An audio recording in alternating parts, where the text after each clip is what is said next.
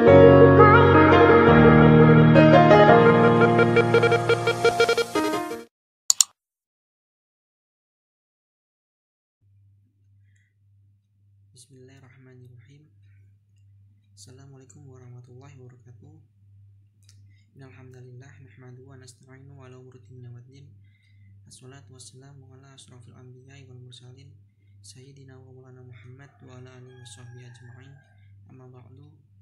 Perkenalkan, saya Habib Abdul Khalid Al-Huzain dari Prodi Hukum Ekonomi Syariah Fakultas Agama Islam semester 1 akan sedikit menjelaskan al-tawakuf atau tasyahud al-dalilain. Pertama kita membahas terlebih dahulu ta'aruf al-adilah. Ta'aruf al-adilah yaitu suatu dalil yang saling bertentangan. Sedangkan secara terminologis yaitu taqabbalu al-hadi habsu wa yukhalifu ahaduhuma al-akhir, artinya pertentangan dua dalil antara satu dalil berbeda atau bertentangan dengan dalil lainnya. Dengan demikian, ta'aruf al-adilah adalah suatu pertentangan dalil tentang suatu masalah tertentu. Misalnya dalil yang satu menetapkan bahwa perbuatan tersebut wajib, sedangkan dalil yang lainnya menetapkan sunnah.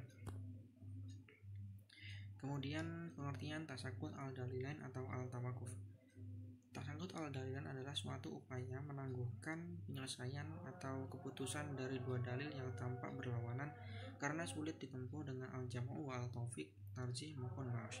Dengan metode ini, apabila ada pertentang dalam Al-Quran dengan ayat Al-Quran, lalu antara keduanya tidak bisa dinos atau ditarjih atau dikompromikan, maka boleh beralih kepada dalil yang kualitasnya di bawah Al-Quran, yaitu hadis. Sedangkan pertentangan antara hadis dengan hadis, maka dapat beralih mengambil pendapat sahabat atau menggunakan qiyas bagi yang tidak memakai pendapat sebagai dalil. Kemudian cara penyelesaian ta'arud dengan tasyahud al-dalilain atau al-tawakuf. Penyelesaian ini jika tidak mungkin untuk dikompromikan, maka jalan keluarnya yaitu dengan cara tidak mengambil kedua dalil tersebut, atau tasyahud. Ketika mujtahid dapat menggunakan dalil lain yang lebih rendah urutannya.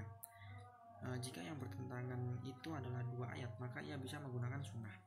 Dan jika yang bertentangan itu adalah hadis, maka mujtahid bisa menggunakan qaul atau perkataan sahabat begitu selanjutnya. Kemudian contoh penyelesaian ta'arud dengan metode tasyahud al-dalilain.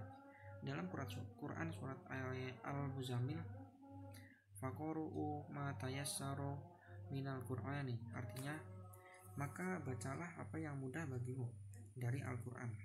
Sedangkan dalam Quran surat Al-A'raf, wa idza quri'al Qur'anu fastami'u lahu wa ansitu la'allakum turhamun, artinya dan apabila dibacakan Al-Quran, maka dengarkanlah secara baik-baik dan perhatikanlah dengan tenang agar kamu mendapat rahmat. Dari ayat pertama secara umum yaitu menjelaskan tentang orang yang sholat, termasuk makmum untuk membaca ayat-ayat Al-Quran yang mudah dibaca, sebab pada konteks ayat pertama ini membicarakan tentang konteks sholat. Sedangkan ayat yang kedua ini menegaskan bahwa seseorang diwajibkan membaca Al-Quran, sebab yang diperintahkan adalah mendengarkan dan memperhatikan bacaan imam dan dalam sholat. Mengamalkan kedua ayat tersebut sekaligus tidak dapat terlaksana dengan baik. Artinya membaca Al-Quran sambil mendengarkan dan memperhatikan bacaan imam tidak dapat dilakukan secara bersamaan. Dengan demikian, kedua ayat tersebut mengandung makna umum yang saling bertentangan. Oleh karena itu, cara yang dilakukan adalah tawakuf atau tidak mengambil kedua dalil tersebut sampai ditemukan dalil yang menjelaskan masalah tersebut.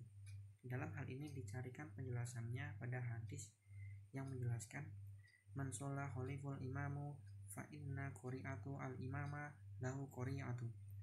Artinya barang siapa yang sholat di belakang imam, maka sesungguhnya bacaan imam itu menjadi baginya. Hadis riwayat jamaah. Kesimpulannya yaitu ta'arud al-adilah yaitu suatu pertentangan dalil antara satu dengan yang lainnya yang akan diselesaikan dengan cara tasawuf al-dalilan, yaitu dengan cara tidak mengambil kedua dalil. Sekian dari saya. Apabila ada kekurangan, saya mohon maaf.